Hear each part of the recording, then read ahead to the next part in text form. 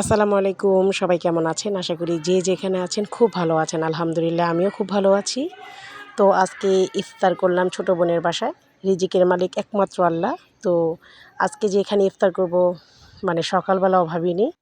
তো হুট করেই চলে আসা, কারণ ছোটো বোন অনেক দিন যাবৎ বলতেছে তার সাথে ইফতার করার জন্য। তো আজকে চলে আসলাম, আমরা সবাই একসাথে বসে ইফতার করব।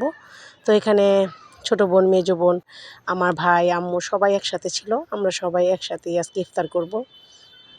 আর যেহেতু হুট করেই আসা, তো আমাদের কোনো প্ল্যানিং ছিল না। আলহামদুলিল্লাহ রিজিকে যা ছিল তাই। তো ছোটো বোন আজকে সব কিছু আমার মেয়ের পছন্দ মতো বানিয়েছে। আমার মেয়ে চাহাত মামনির তার মামনিকে বলেছিল যা যা, তো তাই সেই অনুযায়ী আজকে ইফতারটা আয়োজন করা হয়েছে। তো সে বলেছিল যে আজকে চিকেন দিয়ে মুড়ি খাবে। তো যেমন কথা তেমন কাজ, আজকে গ্রিল দিয়েই মুড়ি মাখানো হবে। তো মুড়ি মাখানোর জন্য এখানে আমরা সব কিছু নিয়ে নিয়েছি।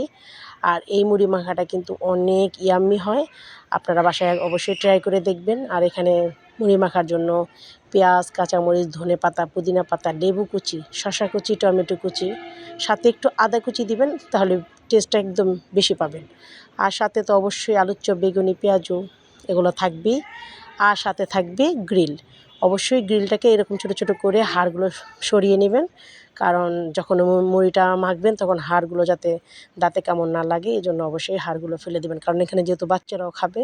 তো আমি এখানে সবগুলো চিকেনকে ছোটো ছোটো করে পিস করে নিচ্ছি, আর হাড়গুলো অবশ্যই সরিয়ে দিচ্ছি।